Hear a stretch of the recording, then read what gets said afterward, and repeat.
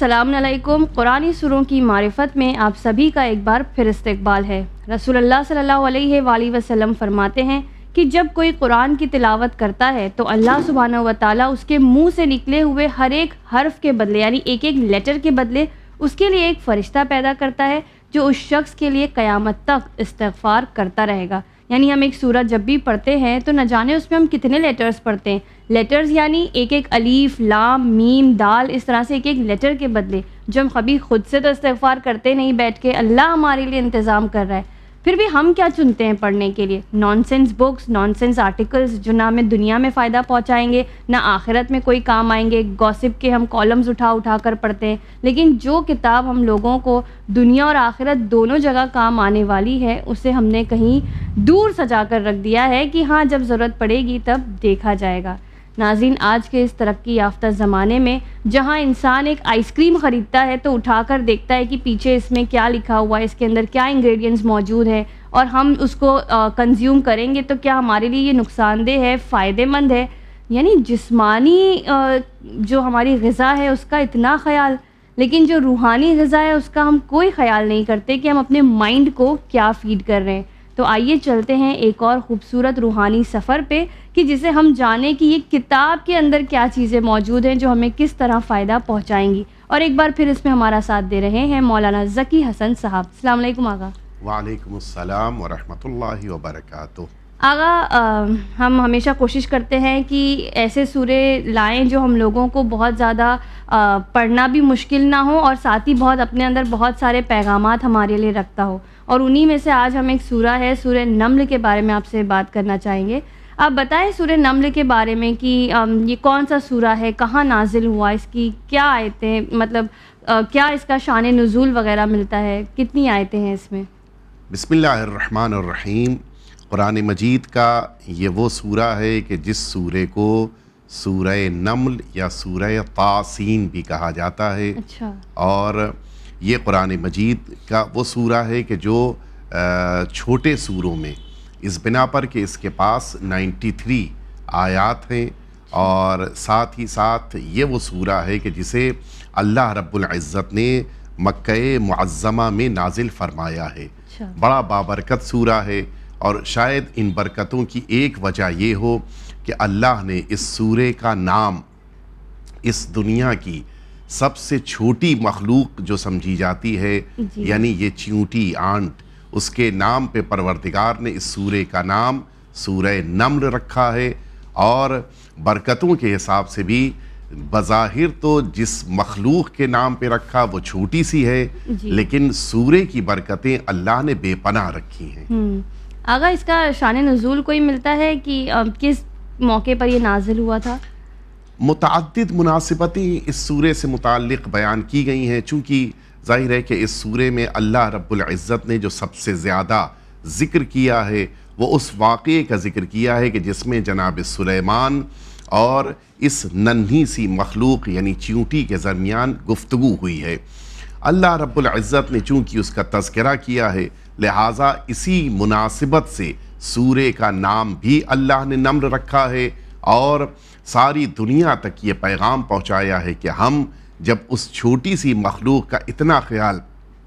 اور اس کی باتوں پر اتنی توجہ دیتے ہیں تو پھر یہ انسان کہ جسے اشرف مخلوقات بنایا ہے اس پر اللہ رب العزت کی کتنی توجہ ہوگی اور ان کی باتوں کو اللہ کتنی اہمیت دے رہا ہوگا۔ جی آغا، یہ جو سورہ نمل ہے کیا اسے پڑھنے سے دنیاوی کوئی فوائد ہیں جو ہم حاصل کر سکتے ہیں؟ حدیثیں، روایتیں کچھ بتاتی ہیں کہ کس طرح کام آئے گا دنیا میں؟ میں عرض کروں کہ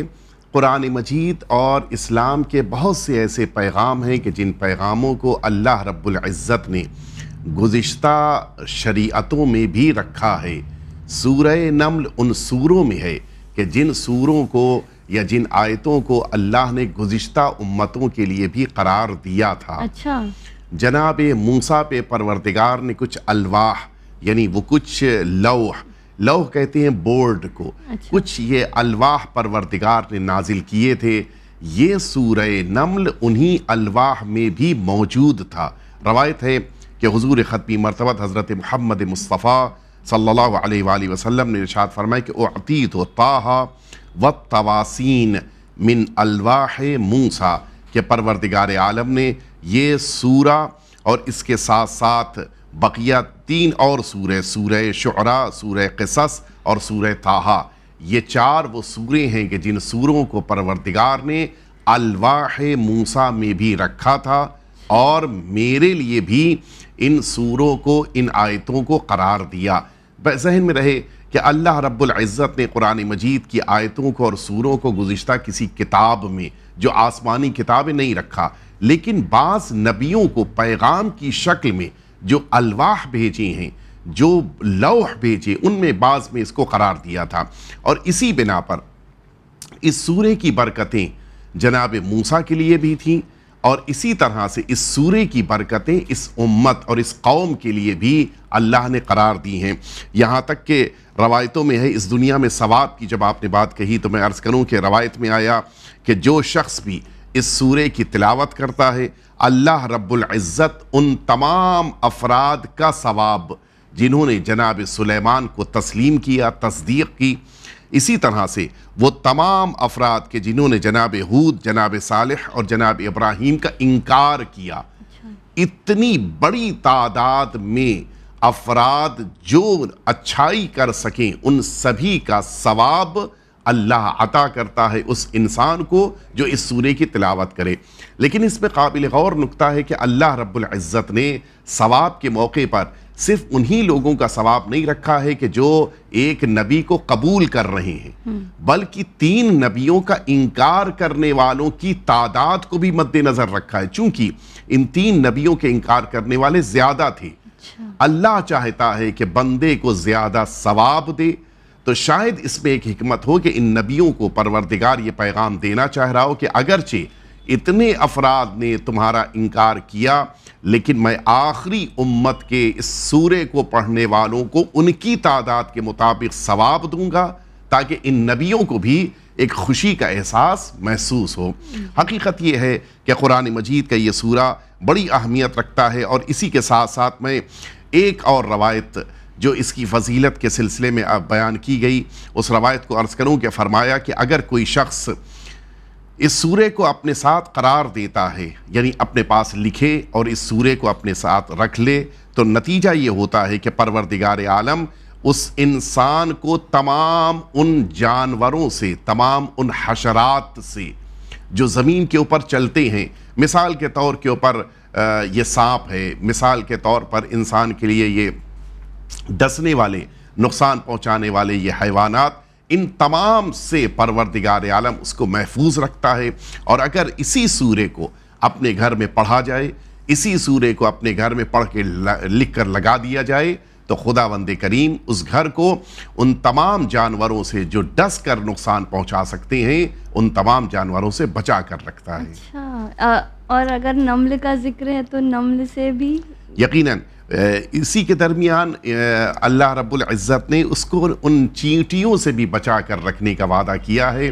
کہ جو اس کو نقصان پہنچاتی ہیں۔ یہاں پر چونکہ آپ نے بات پوچھی ہے، لہٰذا میں عرض کر دوں کہ یہ ہمارے اسلام کے پیغامات میں سے ہے کہ بہت سارے جانور جو انسانوں کو نقصان پہنچاتے ہیں، ان میں 2 طرح کے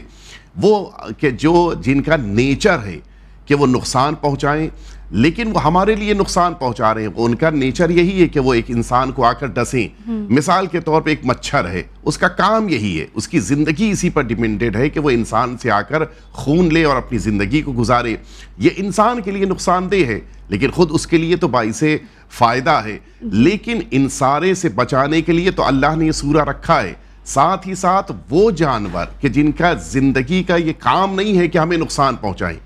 لیکن کبھی کوئی ایسا موقع آ جاتا ہے کہ جن کے رہنے کی بنا پر انسان کو نقصان ہو رہا ہے، جیسے گھر میں چیونٹی زیادہ ہے، یا اس طرح کے اور بھی جو چھوٹے موٹے کاکروچ ہیں جو اس طرح سے زندگی گزار رہے ہیں، جو ہمیں ڈستے تو نہیں ہیں، کاٹتے تو نہیں ہیں، لیکن نارملی انسان کے لیے نقصان دہ ہوتے ہیں۔ اللہ ان سے بھی اس انسان کو اس سورے کے پڑھنے کی برکت کی بنا پر محفوظ رکھتا ہے۔ واہ سبحان اللہ۔ آئی تھنک ممبئی کے جتنے رہنے والے ہیں ان کے لیے بہت ہی زیادہ، ممبئی سے باہر بھی جن کے گھر میں یہ پرابلم ہے انسیکٹس کا، ہم ہٹ کی بوٹلیں ختم کرتے ہیں، آپ یہ سورہ انشاءاللہ پڑھنا شروع کریے، پھر دیکھیے انشاءاللہ کہ اس سورے کی برکت سے ایسے سارے انسیکٹس ہمارے گھروں سے نکل جائیں گے۔ اگر آپ ایک چیز بار بار کہہ رہے ہیں سورہ تواسین کیا چیز ہے یہ کیا مطلب ہے؟ قرآن مجید میں 3 سورے ہیں کہ جن کا شروع کا پہلا لفظ یا شروع کی پہلی آیت تاسین ہے. اچھا. اس بنا پر ان کو تواسین کہا جاتا ہے کہ جن میں سے ایک یہی سورہ نمل ہے, دوسرا سورہ شعراء ہے اور تیسرا سورہ قصص. یہ 3 وہ سورے ہیں کہ جن کو تواسین. اتفاقاً روایتوں میں بات آ گئی ہے تو یہ بھی عرض کرتا چلوں کہ روایتوں میں اس سورے کا جو نام وارد ہوا ہے وہ تاسین وارد ہوا ہے. اچھا. روایتوں میں اس کا ذکر تاسین وارد ہوا ہے کہ جس کی وجہ بھی بیان کی گئی ہے کہ یہ تاسین اللہ رب العزت نے طالب, تا سے مراد طالب ہے کہ جو روایت میں وارد ہوا, اور سین سے مراد پروردگار عالم نے اپنے لیے قرار دیا کہ یہ پروردگار ہے کہ جو حضور ختمی مرتبت کو اپنی بارگاہ میں طلب کرنا چاہتا ہے, بلانا چاہتا ہے. لہٰذا یعنی ان سے ملنے کا شوق, ان کو اپنے ساتھ رکھنے کا شوق پروردگار کا اتنا زیادہ ہے کہ آپ کے القاب میں یہ تاسین کو اللہ نے قرار دیا کہ جس سے اس امت کو ایک پیغام دیا جا سکے. اچھا. آگا یہ تو رہی دنیاوی فائدوں کی بات. اب اگر ہم یہ سورہ کی تلاوت کریں تو وہ کون سے فائدے ہیں جو آخرت میں ہمارے لیے آئیں گے سامنے؟ ہماری قبر میں ہمارے لیے کچھ آسانی ہو جائے گی, محشر میں کچھ آسانی ہو جائے گی. اس سورے کو شب جمعہ یعنی وہ رات کے جو جمعے سے پہلے آ رہی ہے اس رات کے پڑھنے میں بڑی فضیلت بیان کی گئی. یہاں تک کہ ہمارے چھٹے امام جعفر صادق علیہ السلام نے فرمایا کہ جو ان تینوں سوروں کو ایک ساتھ, یعنی یہی 3 سورے شعراء, نمل اور قصص, ان تینوں کو اگر ایک ساتھ پڑھ رہا ہے شب جمعہ تھرسڈے نائٹ میں, تو ایسا انسان اللہ کے اولیاء میں قرار پائے گا. اچھا. ساتھ ہی ساتھ یہ انسان اللہ کے پڑوس میں قرار پائے گا جب جنت میں جائے گا. یہی وہ انسان ہے کہ جس انسان کو پروردگار دنیا کی مشکلات سے بچا کر رکھے گا, جنت میں بھی پروردگار عالم اس درجے پر رکھے گا کہ جس درجے پر پوری طرح سے اپنے بندے سے اللہ راضی ہوگا, بلکہ فوق رضا پروردگار اس بندے کی رضایت کے ساتھ وہ چیزیں عطا کرے گا کہ جس کو دینے کے بعد خود خدا بھی خوش ہو, خود خدا بھی راضی ہو. اور پروردگار عالم اس انسان کی خدمت کے لیے 100 حور العین کو قرار دے گا کہ جو جنت میں اس کے ساتھ رہیں, اس کی خدمت میں مصروف ہوں. یعنی اس سورے کا فائدہ دنیا میں بھی اللہ دے گا, اس سورے کا فائدہ میدان محشر میں اور جنت میں بھی عطا فرمائے گا. اگر اللہ کے پڑوس میں کیسے رہا جائے گا؟ بڑا اچھا سوال ہے. قرآن مجید نے ان لوگوں کے لیے کہ جو جنت جانے کا شوق رکھتے ہیں ان کے لیے ایک لفظ استعمال کیا ہے کہ وَمَن يَتَّقِ اللَّهَ, اللہ کا تقوی جن کے دل میں ہوتا ہے ان کو اللہ رب العزت جو درجہ دیتا ہے وہ درجہ یہ ہے کہ عند ملیک مقتدر, وہ ذات پروردگار جو کائنات کی خلقت جس کے اختیار میں ہے, یہ متقی افراد اللہ کے قریب قرار پائیں گے. تو اصل میں روایتوں میں اس کی شرح وارد ہوئی ہے کہ اللہ کے قریب کیسے رہیں گے, یا یہ روایت کہ جس میں اللہ کے قریب میں رہنے کا موقع ملے گا. اس روایت کے جو اس طرح کی روایتوں کے جو معنی بیان ہوئے یا قرآن مجید کی آیت کے بیان یہ کیا گیا ہے کہ جو سب سے زیادہ اللہ کی رضایت کے پاس ہوگا, یعنی جس کو اللہ کی رضایت کے پاس دیکھا جائے وہ یہ فرد ہوگا, یہ انسان ہوگا. اور اسی لیے اللہ نے اپنے سے سب سے زیادہ قریب رکھا ہے معصومین کو, اور ان کے بعد پھر یہ افراد ہوں گے کہ جن کا ذکر متقین کی شکل میں یا اس سورے کے پڑھنے والے کی شکل میں وارد ہوا. مراد یہی ہے کہ اللہ سب سے زیادہ رضایت کے درجے پر قرار دیتا ہے ان ہستیوں کو جنہیں معصوم بنایا, اور ان کے بعد پھر ان ہستیوں کے چاہنے والوں کو یہ درجہ دے گا کہ رضایت کے مقام پہ قرار دیتے ہوئے جن سے خدا سب سے زیادہ راضی ہوا ان افراد کو یہ درجہ رتبہ عطا کرے گا. اگر تو یہ ثواب پانے کے لیے یہ تینوں سورے پڑھنے ہوں گے یا صرف نمل بھی پڑھ لیں گے تو کافی؟ سورہ نمل خاص طور سے پڑھنے کی زیادہ تاکید وارد ہوئی البتہ, لیکن اگر شب جمعہ اس فائدے کے حاصل کرنے کے لیے پڑھنا ہے تو تینوں سوروں کو ساتھ میں پڑھنا ہوگا. جی اوکے. اگر کوئی سورہ نمل کے اعمال ملتے ہیں کہ یہ عمل کرنے سے ہم لوگوں کو ہمارے کچھ کام جو رکے ہیں وہ بن جائیں یا ایسا کچھ حل ہو جائے کوئی مشکل؟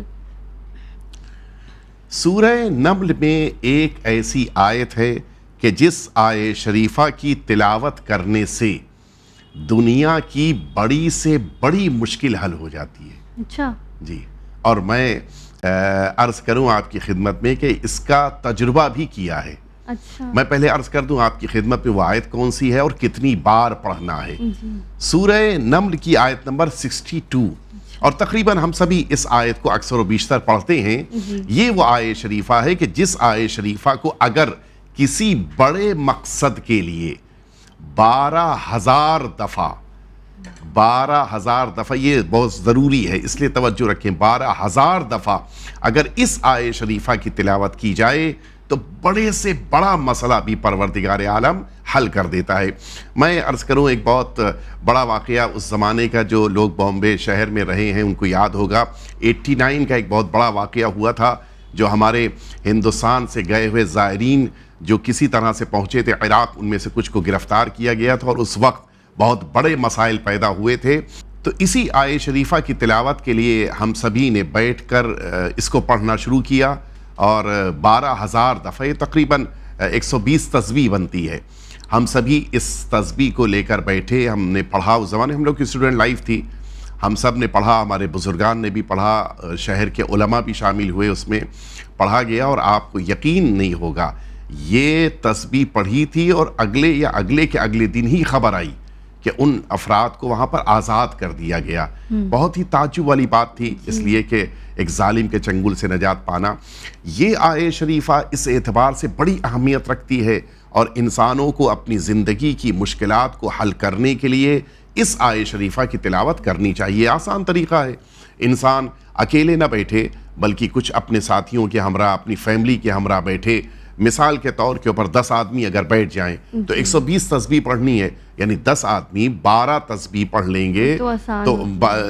120 پڑھنے آپس میں ڈیوائیڈ کر لیں تو آسان ہو جائے گا. اس طرح سے انشاءاللہ اس کو پڑھیں. امن یجیب المضطر اذا دعاہ ویکشف السوء، یہ آیت شریفہ بڑی اہمیت رکھتی ہے. البتہ ضمناً یہ بھی میں عرض کر دوں کہ اس آیت شریفہ میں اللہ رب العزت نے جب یہ فرمایا کہ وہ مضطر، کہ جس مضطر کے پکارنے پر جواب دیتا ہے پروردگار اور مشکلات کو، سوء کو دور کر دیتا ہے، وہ مضطر روایتوں میں ہمارے زمانے کے امام حضرت ولی عصر عجل اللہ تعالی فرجہ الشریف ہیں، کہ جن کے آواز دینے پر، جن کے کہہ دینے پر پروردگار ضرور ان کی آواز کو سنتا ہے، اور ان کی کہی ہوئی بات کے مطابق زندگی کے بہت سے مسائل حل ہوتے ہیں. لہٰذا اس آیت شریفہ کے ذریعے سے انسان اللہ کی بارگاہ میں گڑ گڑا کر دعا بھی کرتا ہے، اور اسی آیت شریفہ کے ذریعے سے اپنے آخری امام سے متوسل بھی ہوتا ہے. تو یہ توسل کی ایک بڑی اہم آیت ہے کہ جس کے ذریعے سے انسان اپنی مشکلات کو اپنے سے دور کر سکتا ہے. اس کے لیے شب جمعہ شرط نہیں، کسی بھی موقع پر، لیکن بہتر یہی ہے کہ انسان طہارت کی حالت میں ہو، بہتر یہی ہے کہ قبلہ رخ ہو کر بیٹھے، اور بہتر یہ ہے کہ کسی واجبی نماز کے بعد اس عمل کو اختیار کرے، اور انشاءاللہ اللہ رب العزت سے مکمل اس کا فائدہ حاصل کرے انشاءاللہ. جزاک اللہ آقا. ایک آپ سے سوال کرنا چاہیں گے کہ اب جیسے آپ نے سورہ کے اب تک تو الحمدللہ کئی سارے فوائد بتائے ہم لوگوں کو، یہ سورہ کی تلاوت سے اس کی جو تفسیر ہے کیا ہم اس سے سیکھ سکتے ہیں، یا اس کی تفسیر میں کیا ملتا ہے ہمارے لیے؟ جو آپ تھوڑے سے اس کی تفسیر پر روشنی ڈالیے. ایک چیز تو اور میں عرض کر دوں جو تفسیر سے متعلق ہے، کہ اسی سورے میں اللہ رب العزت نے 26ویں آیت شریفہ کو کچھ اس انداز میں قرار دیا ہے کہ انسان جب اس 26ویں آیت شریفہ کو پڑھے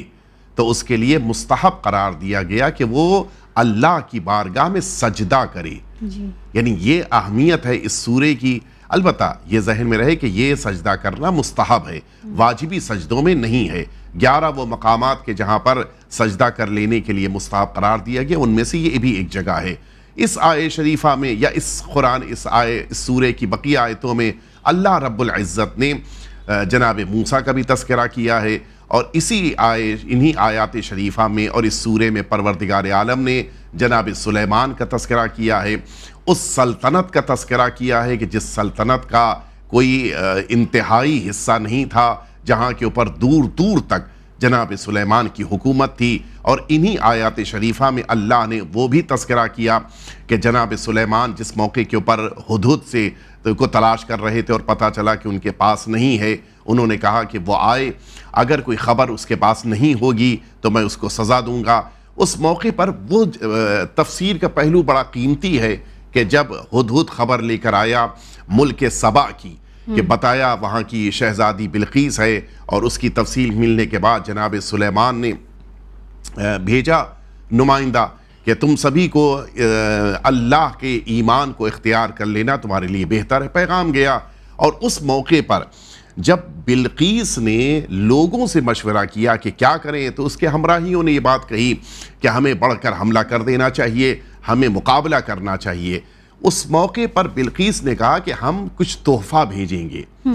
اگر سلیمان دنیاوی انسان ہوں گے تو مال و دولت لے کر وہ ہمارے سلسلے میں اپنا نظریہ بدل دیں گے، لیکن اگر واقعاً وہ اللہ کے نمائندے ہوں گے تو پھر ان کو مال و دولت پسند نہیں آئیں گے۔ یہی ہوا، جناب سلیمان کے پاس جب دولت آئی، ان لوگوں کی طرف سے ہدیے آئے، گفٹس آئے، انہوں نے انکار کر دیا کہ ہمیں یہ نہیں چاہیے، ہمیں اللہ پر ایمان چاہیے۔ اس سے یہ بات پتہ چلتی ہے کہ دنیا کی دولت مقابلہ نہیں کر سکتی اللہ پر ایمان، اللہ پر عقیدے کو۔ اور اسی لیے جناب سلیمان کی طرف جب بلقیس آگے اپنے وطن سے، اپنی جگہ سے نکلی، تو اب یہ آج کے دور کا تو سفر نہیں ہے، ایک طولانی سفر، اس طولانی سفر کو طے کرتی ہوئی خود بلقیس جب وہاں پر پہنچی تو پتہ یہ چلا کہ وہ تخت کے جسے 7 کمروں میں لاک کر کے آئی تھیں، 7 کمروں کے معنی یہ کہ ایک کمرے کو لاک کیا، پھر اس کے بعد والے کمرے کے دروازے کو بھی بند کر دیا، 7 دروازے بند کر کے آئی ہیں، اور وہ تخت ان کا یہاں پہلے پہنچ چکا ہے۔ بڑا تعجب کیا انہوں نے۔ پتہ یہ چلا کہ جناب سلیمان کے وہ نائب، وہ وزیر کہ جو آصف برقیہ کہلاتے، جن کے لیے قرآن مجید نے کہا کہ وقال الذی عندہ علم من الکتاب، جن کے پاس کتاب پروردگار کا تھوڑا سا علم تھا، انہوں نے یہ بات کہی کہ انا آتی کا قبل ان یرتد الیک طرفک، اے جناب سلیمان اس سے پہلے کہ آپ کی پلک جھپکے گی میں یہ بلقیس کا تخت لا کے آپ کے سامنے حاضر کر دوں گا۔ اور ابھی یہ جملہ مکمل ہوا تھا کہ تخت آ گیا سامنے۔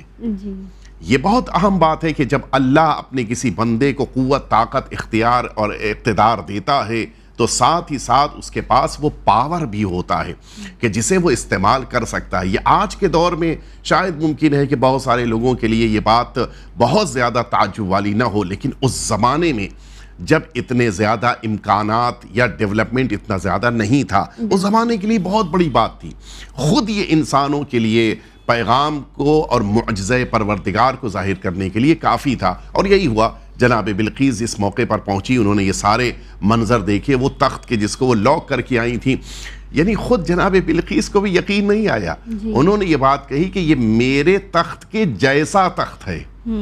یعنی انہیں بھی یہ یقین نہیں تھا کہ میرا تخت یہاں پہ آ جائے گا۔ تو اس سے بھی یہ ایک پیغام ملتا ہے، اور جب جناب بلقیس نے یہ پتہ چلا کہ نہیں یہ واقعا ان کا ہی تخت ہے، تو خود بخود انہیں محسوس ہوا کہ نہیں، میری طاقت، میری قدرت اور ہے، اللہ کی طاقت و قدرت اور ہے۔ اور اسی لیے اللہ کی طاقت کے سامنے انسان کو سرنڈر رہنا چاہیے، اللہ کی طاقت کو نہ صرف یہ کہ قبول کرنا چاہیے بلکہ اسی طاقت سے انسان کو مدد بھی طلب کرنا چاہیے۔ جی آقا بہت بہت شکریہ۔ ایک آخری سوال آپ سے پوچھنا چاہیں گے کہ یہ سورہ ہم لوگوں کے لیے کیا پیغام دے رہا ہے، ہم عام انسان اس سے کیا سیکھ حاصل کر سکتے ہیں؟ ایک بڑا اہم پیغام جو اس سورے کے ذریعے سے ہم انسانوں کے لیے قرار دیا گیا وہ یہی ہے کہ انسانوں کو کبھی اپنے سلسلے میں یہ نہیں سوچنا چاہیے کہ میں اتنا کمزور سا مخلوق، اتنا عام قسم کا انسان نہیں۔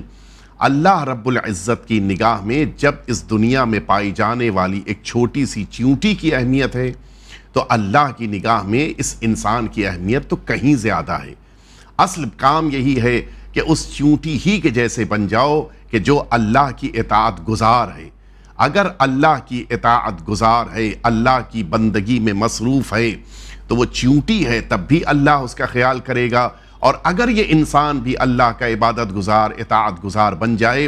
تو ایک کامن شکل میں تو سب کا خیال کرتا ہے، لیکن اگر واقعاً اس کو اللہ پر بھروسہ ہے، اللہ کی عبادتیں کر رہا ہے، تو خدا اتنا ہی زیادہ اس کا مددگار بھی بنتا ہے اور اس کی زندگی کی تمام مشکلات کو بھی اسی طرح سے حل کرتا ہے۔ یہ ایک اہم پیغام، اور ساتھ ہی ساتھ اللہ نے اسی سورے میں انسانوں کو یہ بھی متوجہ کرایا ہے کہ ہم نے اگر پاسٹ میں اپنے نبیوں کی مدد کی ہے،